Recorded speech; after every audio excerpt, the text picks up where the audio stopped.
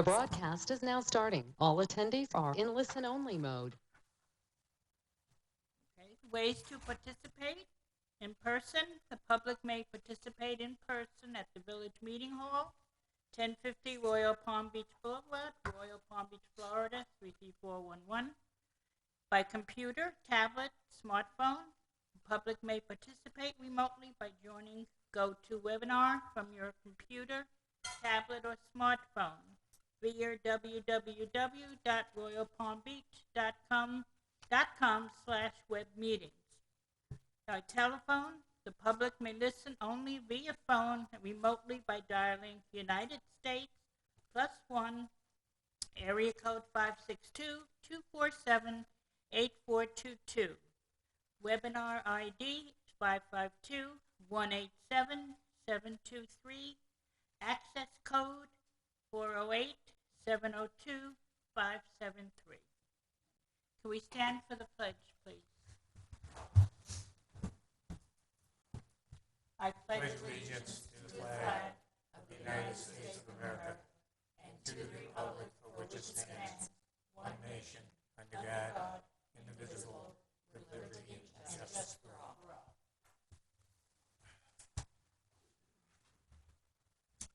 Okay, take the roll call. Sandy Rubin, out here. John Ropa. Dennis Siebert. Here. John Morton. Jordan Schiller. Alyssa Freeman. Here. Robert Birch. Sean Fitzpatrick. Here. Vice Mayor Selena Samios. Here. Okay, I'd like to have a motion to approve the minutes, from the RAB meeting held September 26, 2022. Going back with it. Can I have a motion to approve those minutes? Motion. A Second.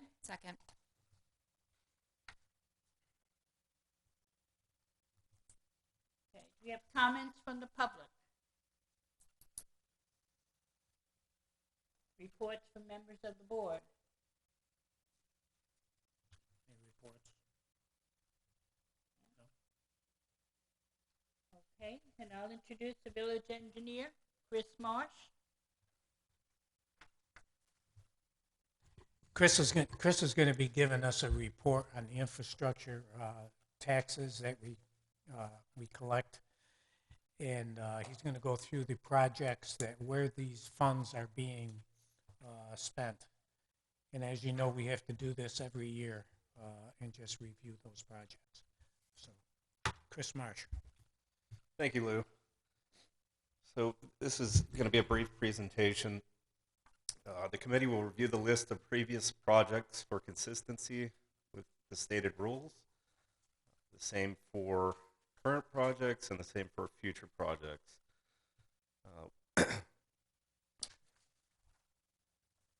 So this, the first portion of this, and you should have received this as backup, is the rules for the projects to be eligible to use the surtax money. I'm not going to read through that, but obviously that needs to be part of your due diligence and making sure that these projects meet that criteria. This first list are the actual expenditures from fiscal year 2022. So you can see the project number, name, a brief description of those projects, the location, and the actual dollars that were spent during that budget cycle for 2022. The next list is the same exact thing for the next fiscal year. It should have been 2021. And then for the projects that were added or adjusted in the current budget, I'm going to go over those in detail. And then the remaining projects were already part of the budget from previous years, so I'm not going to go through those. But if you have any questions, I'd be more than happy to discuss that. The biggest one in here is the renovation expansion of the recreation center. Uh, what is planned for the renovations is to relocate the outdoor playground area from its current location into that courtyard where the palm trees are at. We'll be adding a whole new gym.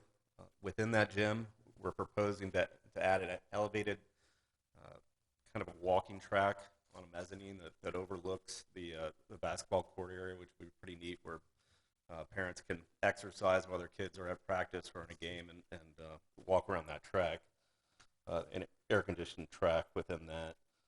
We'll be adding additional storage, restrooms, 4 new studio rooms, and a kitchen to that building. And although we're still in the design and development phase, we're thinking that the project's going to be somewhere in the neighborhood of $10 million, but that could be adjusted once we finalize the plans, depending on how much additional things Lou adds to the scope.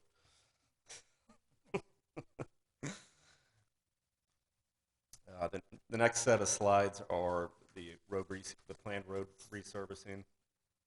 They're kind of scattered throughout the city, and these slides detail those locations.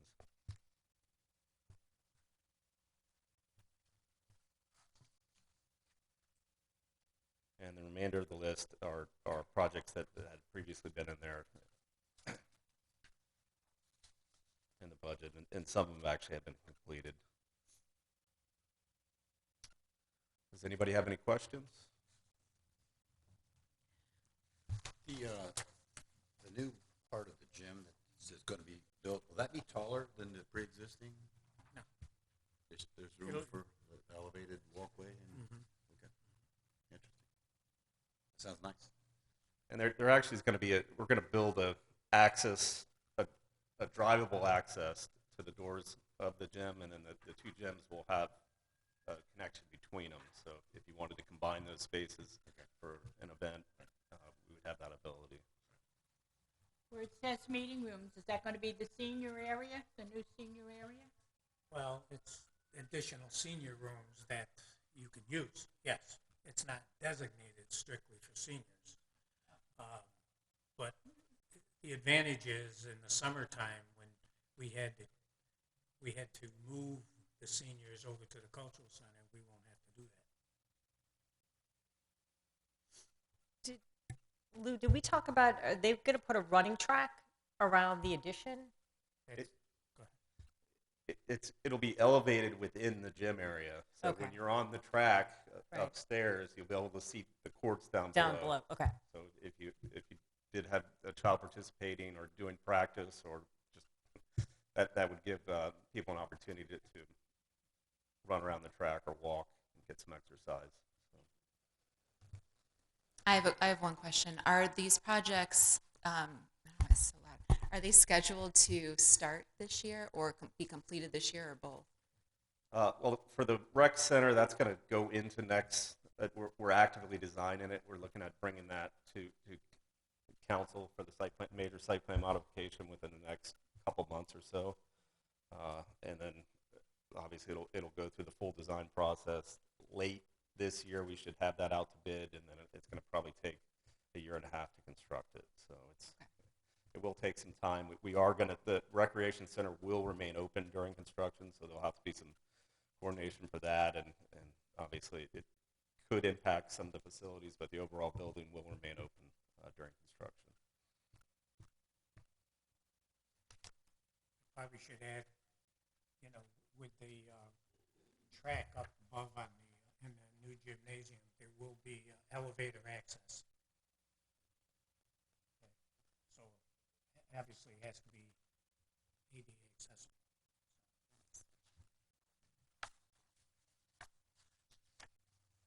Any other questions?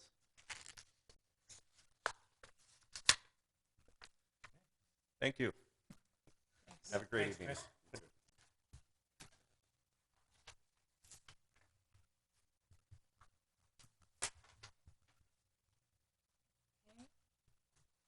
Mr. Beaver?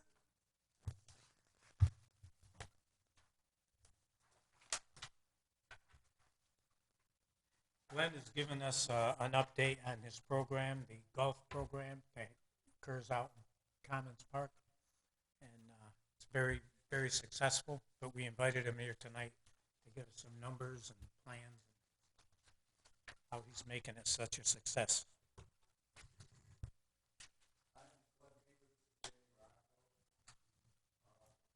Speaking to the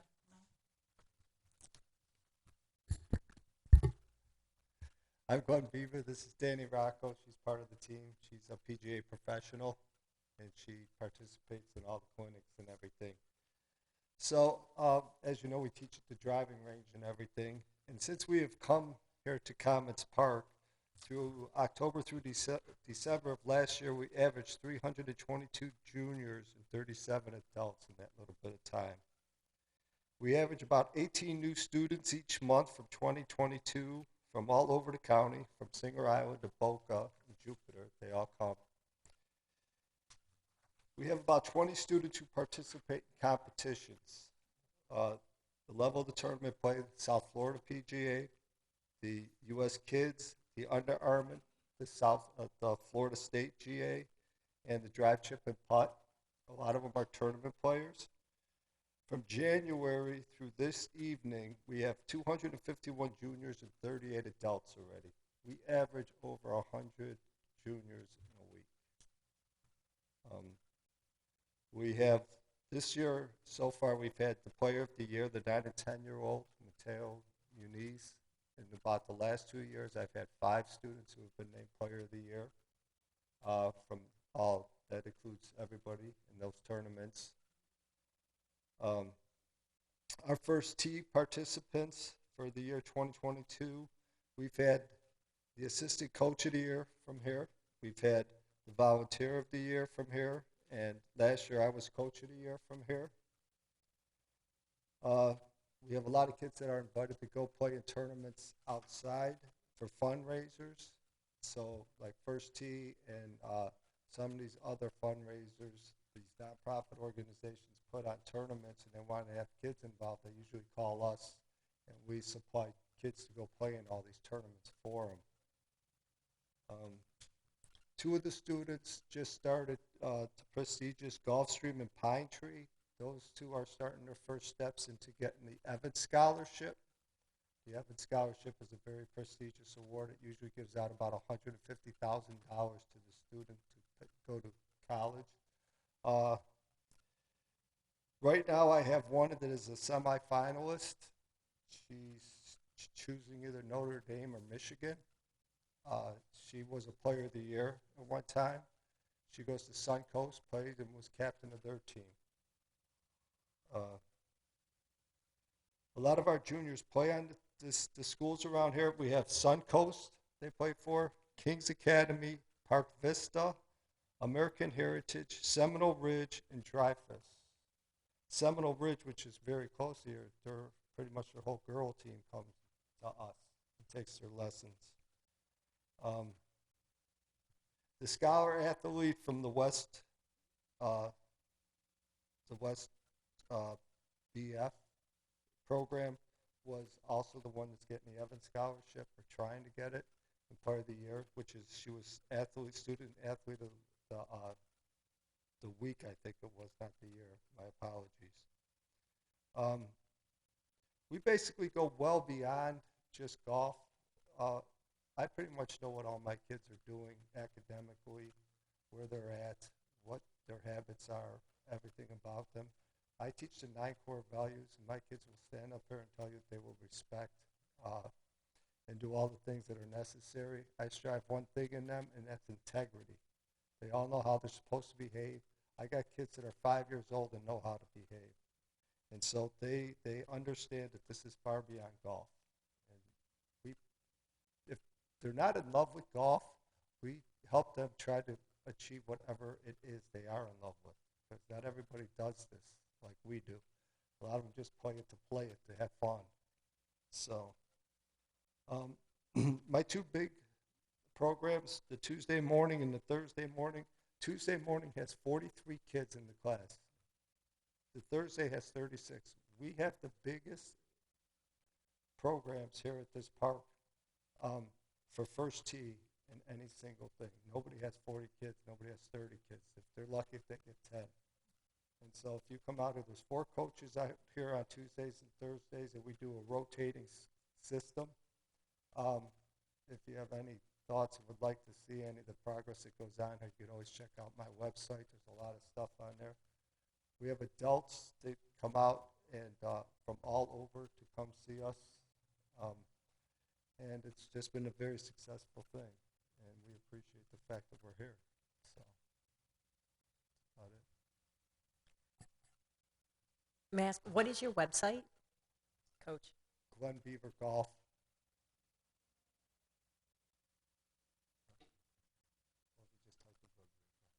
.com. If you were to Google golf lessons in South Florida, we come up first. So yeah, it's pretty fortunate. Glenn's been with us 2 years. 2 years. 2 years. He actually was working under another provider, should I say? But he has since he's taken over in September, where he is our primary provider for our golf program. And like he says, you know, the way the kids are responding and the growth is I never thought we'd have that many kids out there. But if you go out there during the week, like you said, on a Tuesday or Thursday morning, and you go out near the golf area, you'll see they're all over the place, and the parents are out there with them. So it's a great program. We've sat down with Glenn along with a representative from First Tee and talking about, you know, improvements that we can make. I mean, we are not golf professionals, you know, but they've given us some suggestions on what we should look at in the future to make the facility better, and hopefully we're going to move in that direction. And unfortunately, government doesn't work as fast as the private sector because we're watching out for your money. But you know, it's a slow process, but I think eventually we will get there, and we will have a top-notch facility over at Commons Park. Is there a relationship between the kids and golf, let's say, or whoever, the kids that are in the golf program with their schoolwork, that if they don't stay up to par, they're not a part of it? Or Well, I haven't ran across that yet, but usually the parents come to me and I will talk to the students. Like I said, I'm not just about the golf, so honestly, a lot of these parents, if the kids are misbehaving, they're supposed to tell me so that they can understand what exactly the issue is and how we hold ourselves to a different level when we play this game and in life. We try to, make them understand that. but you have no problems since, I have no problems. We also help, we have a lot of special needs kids in our classes. I mean, I'm actually certified in Special Olympics. And so a lot of those programs actually have kids on the spectrum. So they're Right. not just, we teach all kids. I don't hold anybody out. We do have an age limit, but that's only because, and actually that's changing now because Danny's willing to take the kids. I only take them 5 and above only because their attention span doesn't last longer than that. But Danny's going to try to see if we can make them go at least a half hour because we have quite a bit of people, but the kids are 4. We have to say when they turn 5, you can bring them. You got to have a cutoff because these kids are swinging steels in their hands. So you got to have a cutoff. So, You have to graduate from me first. yeah, that's basically, that's how we're hoping that she can get them to understand how it works, and then we can move them up. That's how we're going to try to play it out. you have There's many one- girls as you do boys, or? I teach most girls in South Florida. Actually, there's one girl right now playing in Peru. She came from Peru and she came to me, and now she's trying to make the Peru international team. She just finished the tournament. She came in 13th. She's only 15 years old, and she came in 13th. She did pretty good. She had one rough day. Other than that, she would have done a lot better. But yeah, and just like this, she sent me emails telling me how she did as soon as they were over, telling me where the issues were. All my students usually check in with me after they play. So, I applaud you for what you're doing. thank you. So, well, it's not just me. There's a bunch of us involved. Any questions? Any other questions? No, great job. Thank you. Thank you. Okay, Glenn, thank you. Mr. Recchio? Are you up next? No, No? youth soccer. Oh, I'm sorry, I thought it was all, okay. The whole list, sorry about that. There was no name next to him, I don't know who he is. Hi, my name is Mal Hassan. I am the president and director of coaching of the Royal Palm Beach Strikers soccer program. I've been serving or volunteering in this capacity for a while, over 10 years, I believe now. It feels longer than that even. But I believe we're the largest sports provider in the village. The soccer program is. I could be wrong. I believe that that's accurate though. What we do is we have a recreation soccer program for beginners and or those kids wanting to just enjoy the game and be less competitive. We have a fall season and a spring season. Each one of those seasons, we average roughly about 500 kids each season. Just to give you an example of our numbers over the years, for fall and spring, we're currently for this upcoming spring season at 425 kids registered. That still has about 3 weeks left in registration. The fall season was 480, and previous years were 406 and 370. That was affected by COVID. Kids returning, coming back out there. Prior to COVID, it was 478, 440, 524, 506, 478, 480, 468, 464, 521, 509.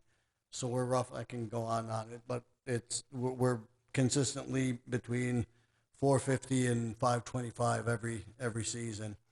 For those kids that we evaluate as having a greater potential to play at a higher level, or if they'd like to be challenged playing at another level, we offer our competitive program.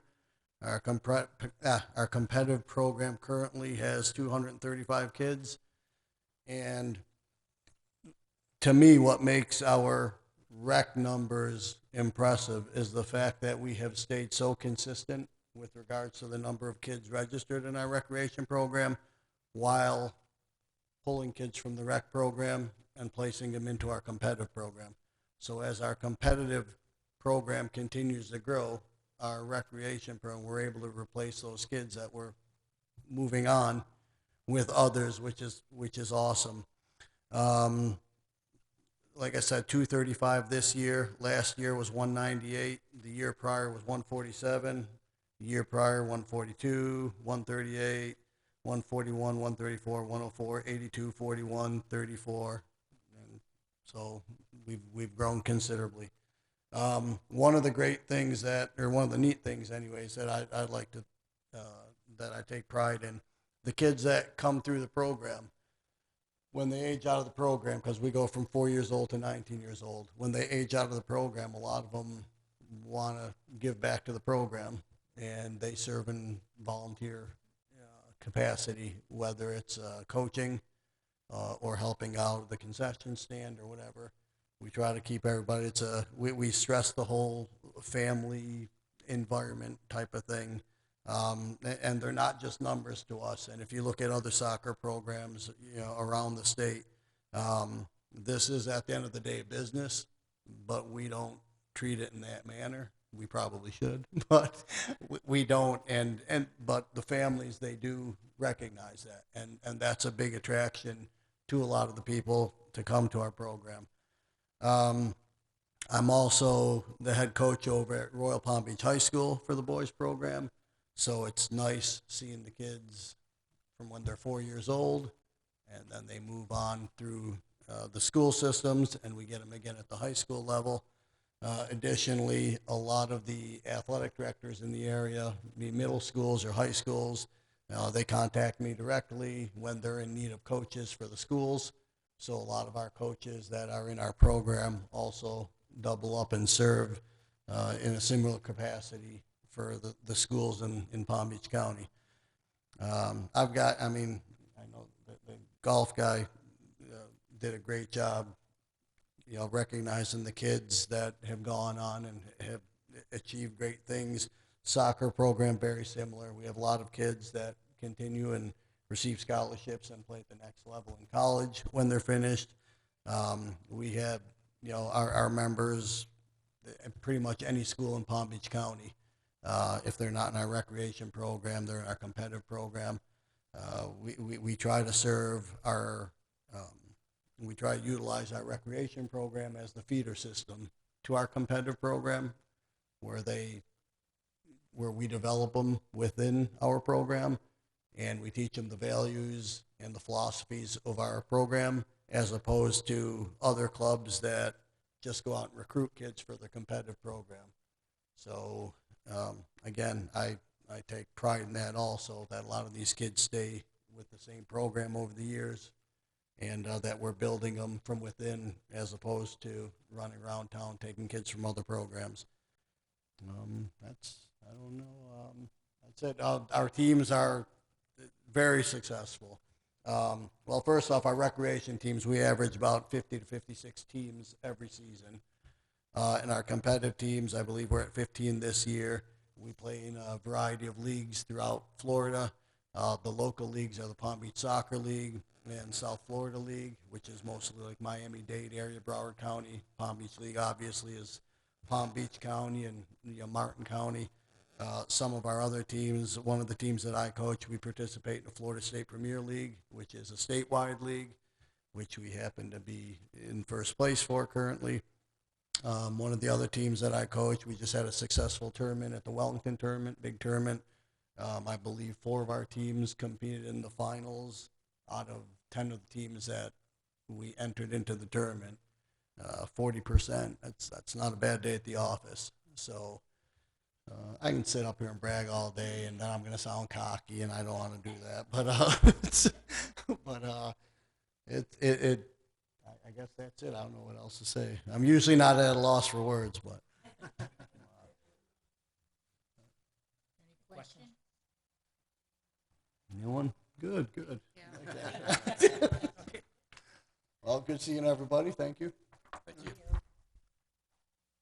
So now you see why we have to, we put so much dollars in refurbishing the fields every year. Because we have so many kids and they play 12 months out of the year. So, and then when we try to shut the fields down for hopefully 2 months, so they give them a little break, and then everybody starts screaming, but it has to be done. May I ask, now that Coach Hansen sat down, may I ask a question? Because it made me think about when you said that is, do you have a preference, or do you players have a preference between natural and artificial turf? Woman after my heart. Well, a preference obviously would be the artificial turf. But back and forth on that one. They say you want to try and keep up with the Joneses. Well, everybody in the area is starting to go the turf route.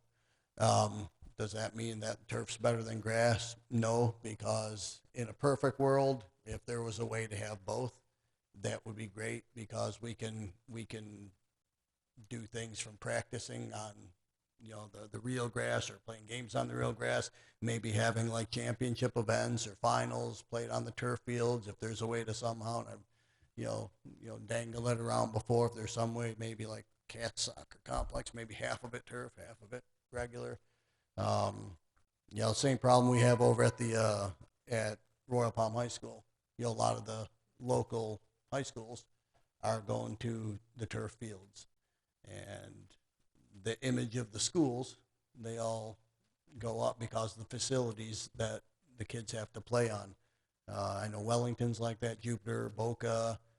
I don't know, but Wellington really did a nice job with, their high school and then some surrounding fields also. They added, turf-wise. But preference-wise, it's good to have both.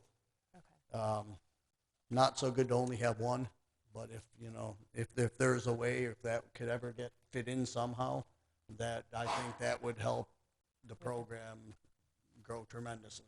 And then impact-wise on the children's joints, because that's where I always think of the natural turf was better than artificial, but you're saying that it is just the same nowadays, I think with the complexity of the grade, that it's not damaging, it's not harmful.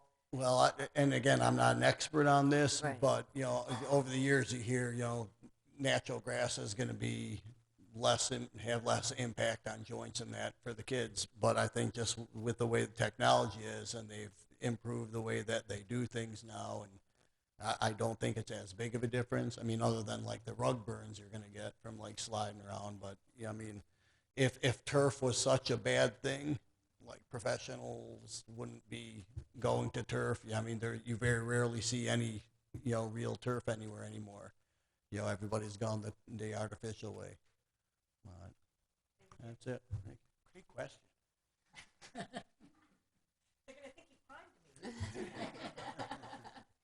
I just, kind of dovetail on that is, we have been going back and forth on artificial turf, and there are pros and cons. Probably the biggest pro is that there's no downtime.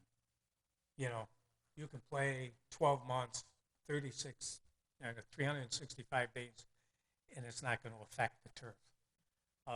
You still have to bring in a contractor. You still have, what they do is they groom it, because the rubber particles that they use, gets dispersed in other areas, and you have to bring it back so you're on a level playing field. The other thing is heat.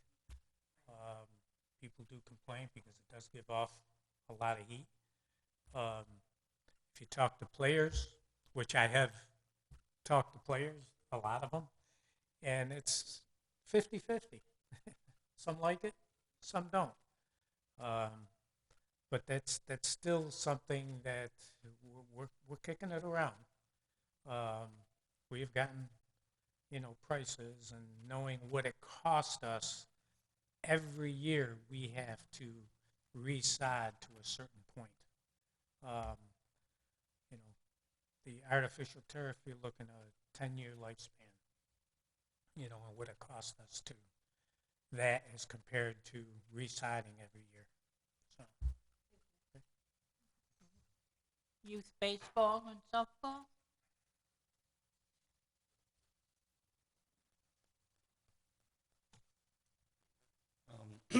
I'm Glenn King. I'm one of the board members for the Youth Baseball Association.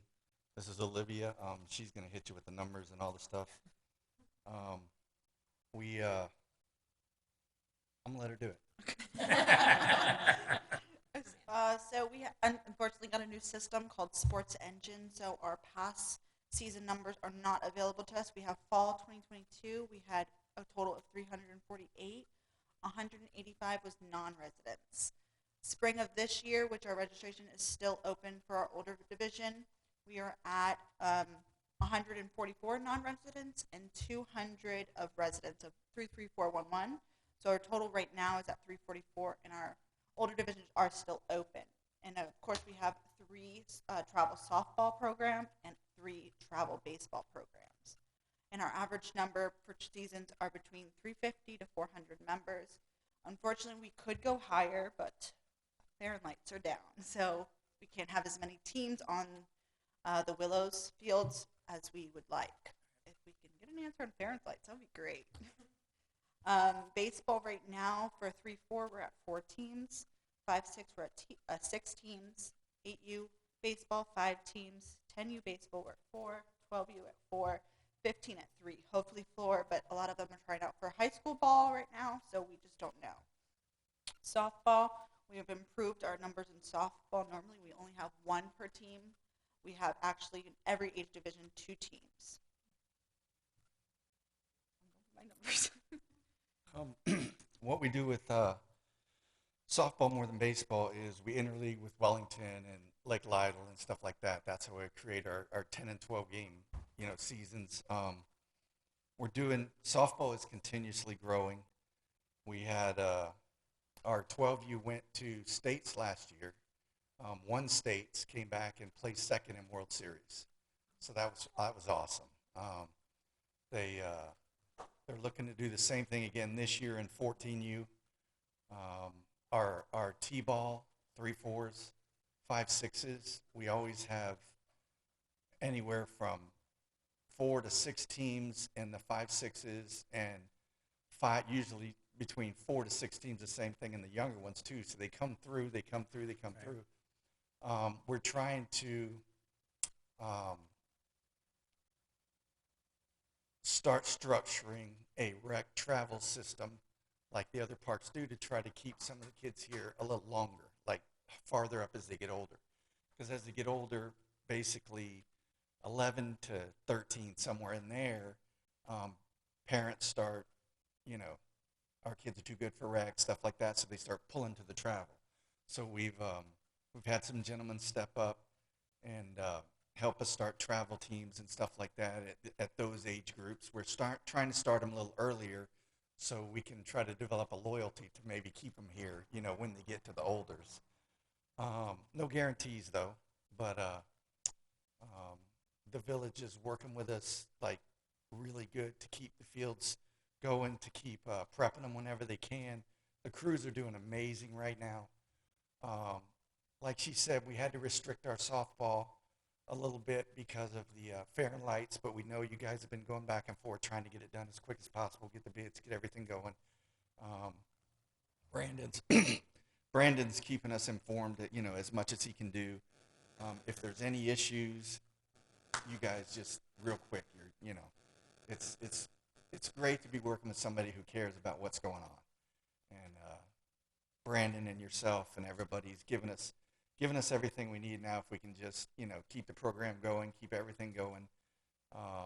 The area we're getting, we always do about half from Royal Palm, the municipality, and then half out. This season we're getting a little bigger, and we're hoping to keep growing like that. Because it's great to have, travel kids coming and playing on the travel teams and all of that. That's awesome because they might have siblings that might play here. But the idea is to get the people who live here in the community, to stay and grow here and become part of our family before they come 12 and their parents say they're too good and they want to leave. That loyalty is built in them, and that's what we're trying to do. So that's where travel is giving them an option. We just appreciate everything you guys are, Brandon especially, and Lou, you guys, whenever there's something, they jump right on it. And I don't know. Well, none of these programs would be successful without volunteers. Yeah. So, obviously that's the nuts and bolts. Well, yeah. But you got that handful for every organization that does and the they work. forget sometimes it's volunteers.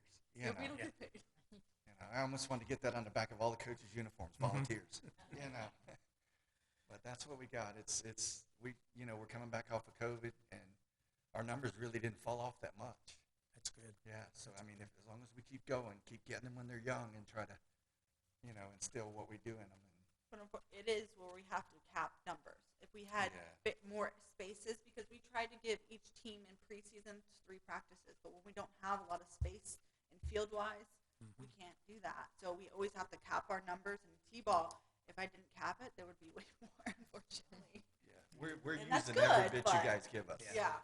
And it's most of the time it's half, at least half, or a little more than half from right here. So that's Yeah, awesome. it is. Mm-hmm. That's awesome. I mean, I live in Loxahatchee, and I grew up in Royal Palm, and I always come to Royal Palm.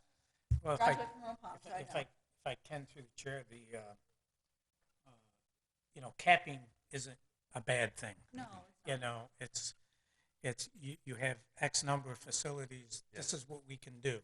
Yeah. Instead of taking everybody, and now you got to find someplace where you can play. you know. But I'm a mom, and when people like, oh, when am I gonna get off the waiting know. list? I'm like, oh, yeah, that's And But as to far Lou's as the point- lights, Yeah, as yeah. far as the lights at Farron, I mean, we're working on it as quickly as possible. We need them out the golf course. Their lights are in the same situation. Right now, it's in the electrical engineer's hands, and we're just waiting. Once we get his report, it'll go out for the bid, and basically, we know we're going to purchase the lights separately, but we have to bid out the contract for the installation. do you know how long that process will be? Once we get the information from the electrical engineer, you won't have them for the spring season. Right. You won't. I'm- But the fact is, time changes, and then you'll be able to go out there. But when they are installed, like I say, everything is LED, and that's a tremendous upgrade. But we're working on it as quickly as possible. Yeah, to Lou's point, they're changing our baseball fields, and what they're doing is worth the wait. I'm telling you right now, because half of our fields are LED, and the other half are waiting their turn, and it's like night and day. Yeah. I mean, I can't wait. We can't wait till and Farron getting them. It's a bad thing that we had to lose the fields for a little bit, but it's awesome that they're going to be LED. And to Lou's point, the capping, it's not a bad thing.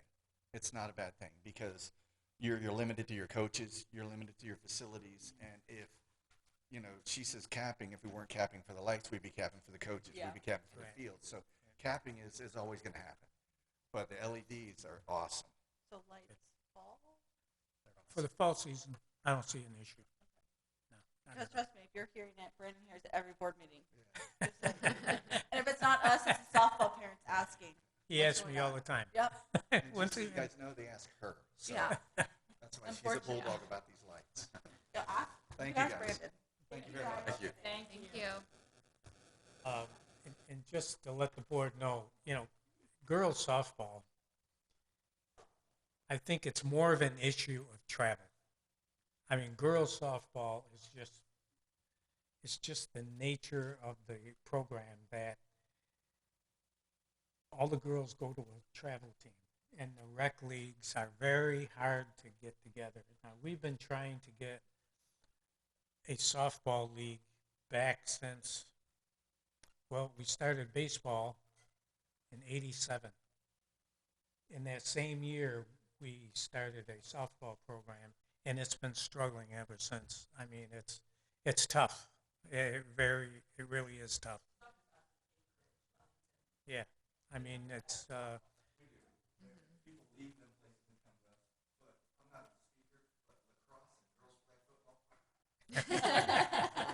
yeah, yeah. They have too Travel. many choices. Travel basketball? No, he's not here. Okay, youth football and cheerleading?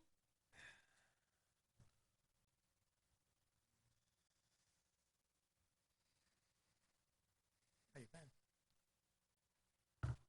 All right, good evening, everybody. How's everybody doing? My name is Mike Laverano. I'm here presenting for the Palms West Athletic Association. I am the president of the organization, and I've been so since 2015.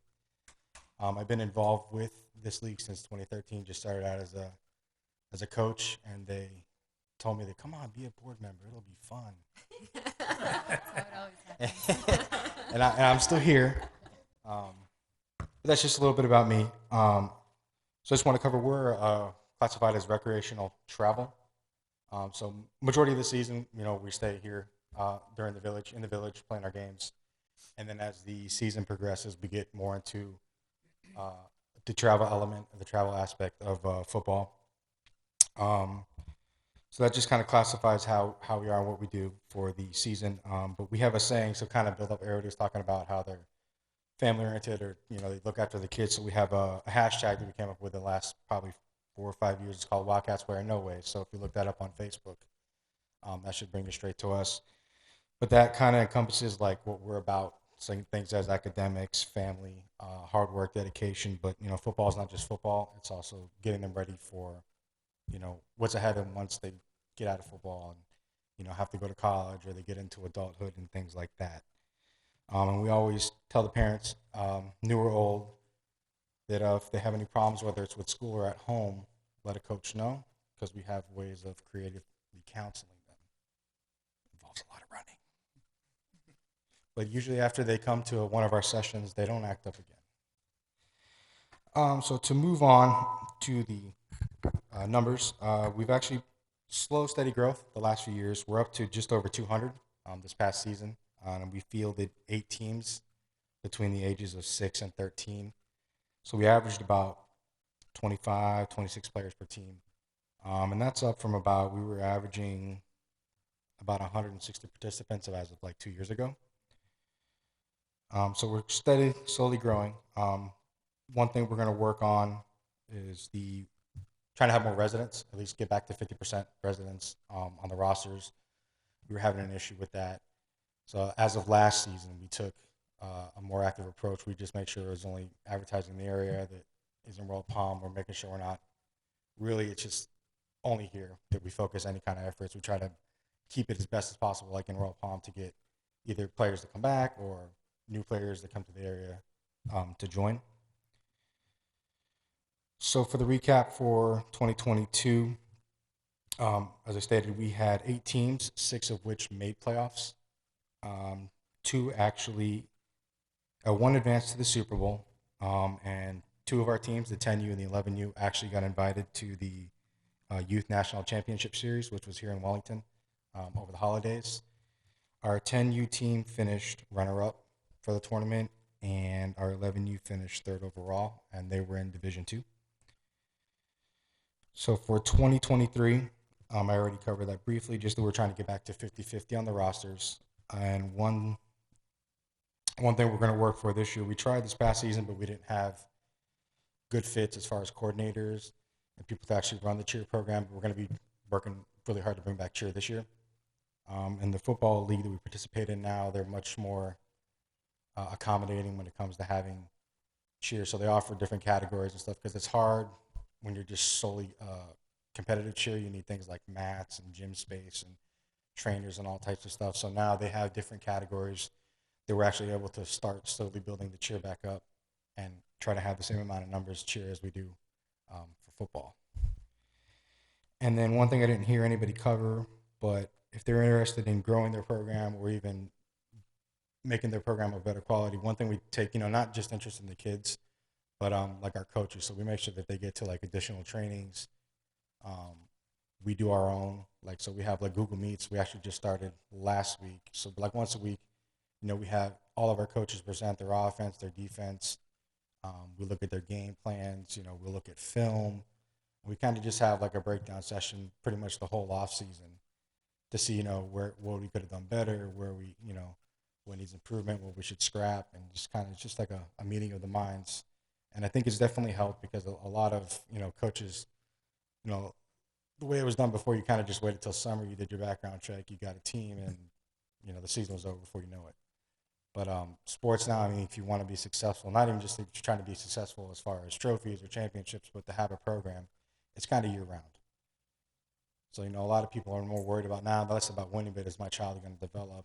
They look at facilities, they look at this, they look at other things that, before they weren't looking at. But I think we have the upper hand here in the village, which is probably why we do have so many people who aren't residents trying to come out and join us. But so that's the updates for 2023. Does anybody have any questions?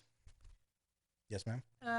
With all the things that are going on in football for the older, I'm not talking about the younger, you have doctors on the side? Do you have people who are medically capable of helping every out? year we have to do safety training and health training, so that has to be renewed every year. We're working on having medical personnel to be available for the games.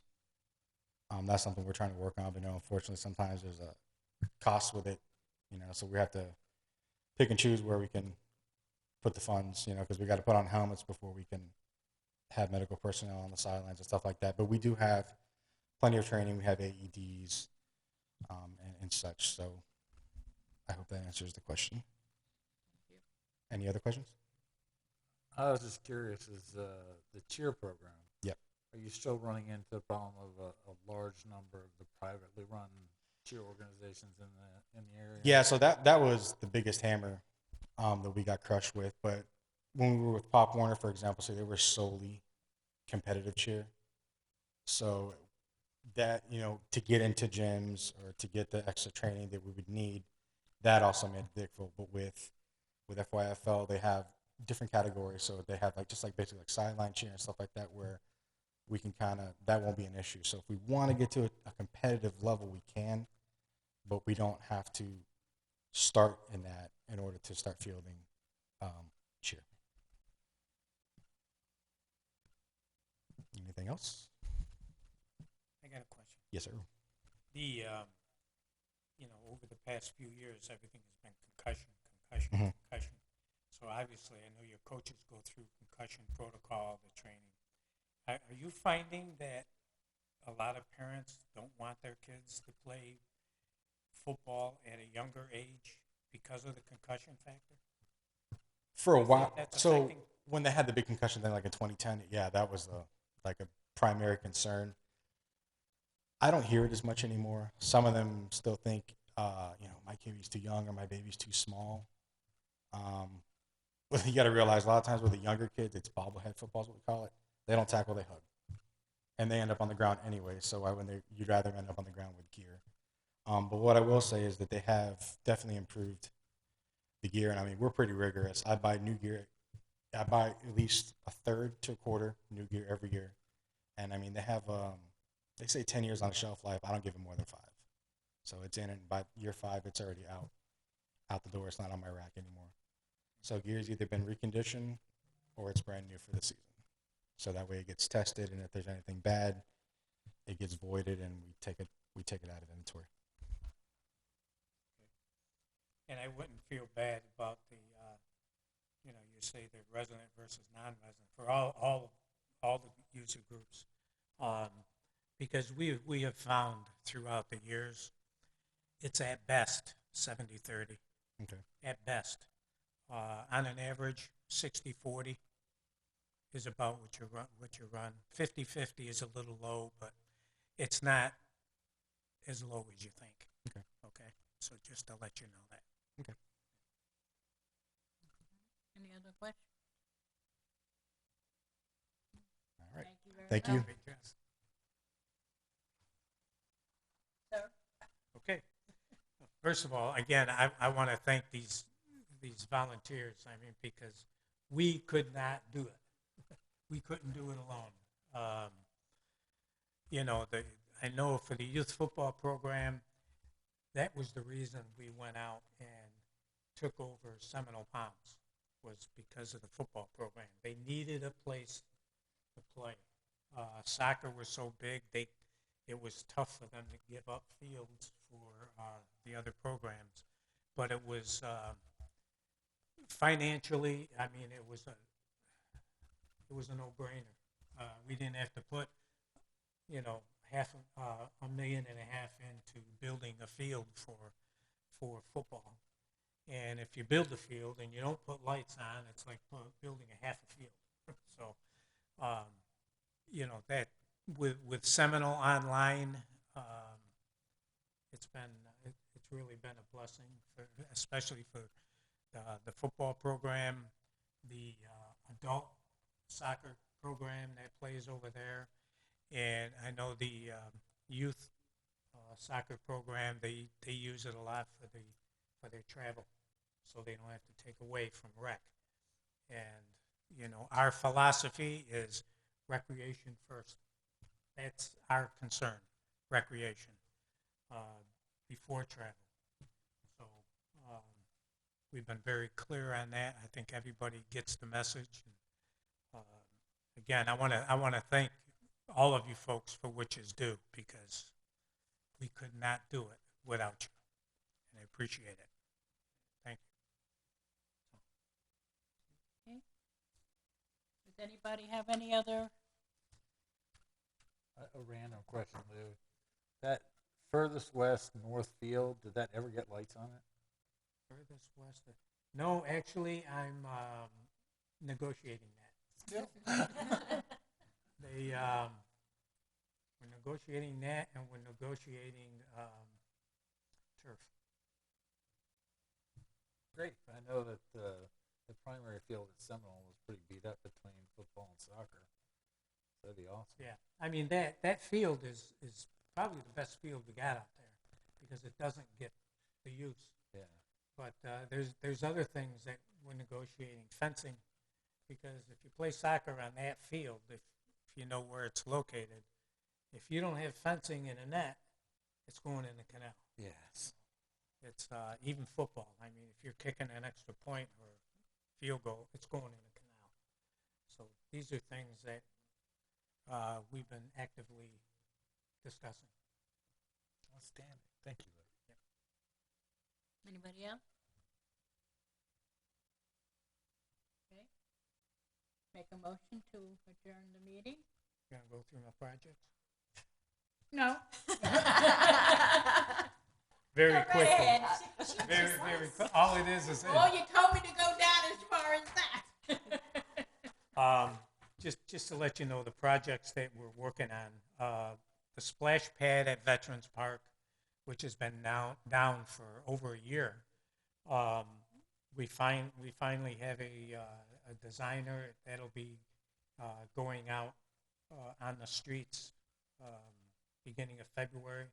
So our plan is to have it up and running in June. The playscape and safety surface at Veterans Park, that playscape is coming out. It's in need of replacement. We've already received the equipment. We received part of the turf actually today. And once we get the schedule of when they can come in and put in the equipment, we will be removing everything so that facility will be shut down for probably 4 to 6 weeks. Could you settle a bet? Is that an alligator or a dinosaur that's being removed? Oh, it's the one standing Yes. I think it's an alligator. Okay. There's no settling to that because he's not sure either. I mean, Whatever you want it to be. I mean, it's been there since we opened the park. Preservation Park, we got a playscape next to the pickleball courts. That surface is being replaced with artificial turf. And again, that'll be done by the end of February. And if you haven't already noticed or seen it at Commons Park, we now rent bicycles. We've opened it right after the first of the year. We've got 38 people that have actually actively paid their fee and are using the bikes. And we have 123 that have filled out the paperwork. They just need to come in and pay the fee. And the fee is only $20 for a year. And you use the bikes as often that you want. We just ask you don't take it out of the park. But we have, I think we have 20 bikes out there. And we want to see how it goes this first year, and if it goes well, we may add to it. Okay. Events. I listed the events on there just coming up very briefly. The concert on February 3rd, and then we have movies on Saturdays. So again, every first and third Friday is a concert. Every second and fourth Saturday is a movie. We are bringing back the West Fest, which we haven't had, I think, in 3 or 4 years. Longer than that, huh? So we're bringing that back. That'll be a 3-day event, a Friday, a Saturday, and Sunday, February 17th through the 19th. And we will be having a chili cook-off on February the 18th. And the Seafood Festival will run March 18th and 19th. So those are the events that are coming up, within the next month or so. So we'll be very, very active. We are bringing back Shakespeare Under the Palms, and the play will be Measure by Measure. So if you look online, you can see what it's all about. That'll be the weekend, July 20th through the 23rd. No fee. There's, as all of our events, they're all free. There's no admittance. There's no parking. Once you get in, you pay for your food. That's all. Kids' rides and everything are all free. Okay? You getting feedback from people saying how they enjoy everything? Do you find attendance is growing? Attendance is growing. That, we had our, usually our largest program is the 4th of July, where we estimate a little over 20,000 people. I will say our next largest right now is the Winterfest, when we light the tree, and we had over 15,000 people this year. So they are growing. Everything is 10,000 or more. So people love coming to that park. Great park. Yes.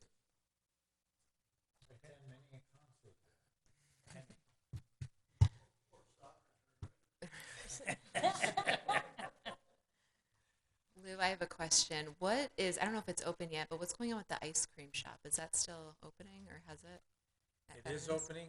I guess the Department of Health is having issues with people, because he's just waiting for an inspection, and then he'll be ready to open up. So it's happening. It's happening. Oh yeah, it's happening. Yeah, all his equipment, everything is there. And if it's anything like Seeds Cafe, which is They're doing well. right there, they're doing very well. And the cafe at Commons, Parkside, they're still feeling their way. Hopefully they'll, he's got a major investment in equipment and everything in there, so I'm sure he's going to do whatever he can to make it successful. And these events help him out a lot. What is that called in there? Parkside Cafe. Parkside. Is the ice cream place going to have the same hours as the cafe, or they? No, he's actually, his hours are going to be noon to 7, I think. Noon to 8. During the week, or 7 days, or? All week, and the weekends. His Seeds closes at 1. Yeah. Did I see that the one at Commons is actually putting a truck out as well for the events? Mm-hmm. Yeah. And he's going to be catering parties and everything too. Good. He just got a golf cart, so he's going to be out there. My last thing that I want to bring up is we just got our first edition of the semi-annual Community Connection, which is all of our programs. And this just came out today. It won't be mailed out, but you can pick it up at the rec center, any of our municipal buildings. We will be putting some out at the parks, for the soccer and the baseball and football and everybody, just to pick them up. This is a gem. Who's signing my name to my message? You are. No, that's not my signature.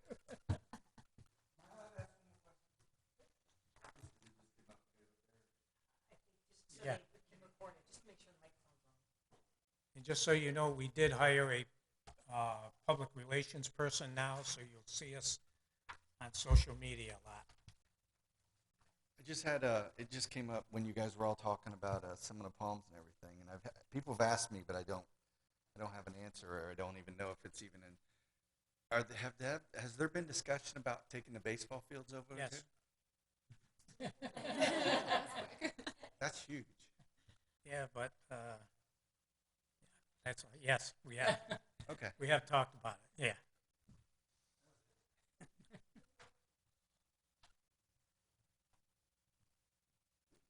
Okay, That's all I have. okay. Make a motion to adjourn this meeting till March 27th. So moved. Do you have a motion? Nobody wants Yes, to? Yes. Motion. Okay, meeting adjourned. Thank you. Thank you.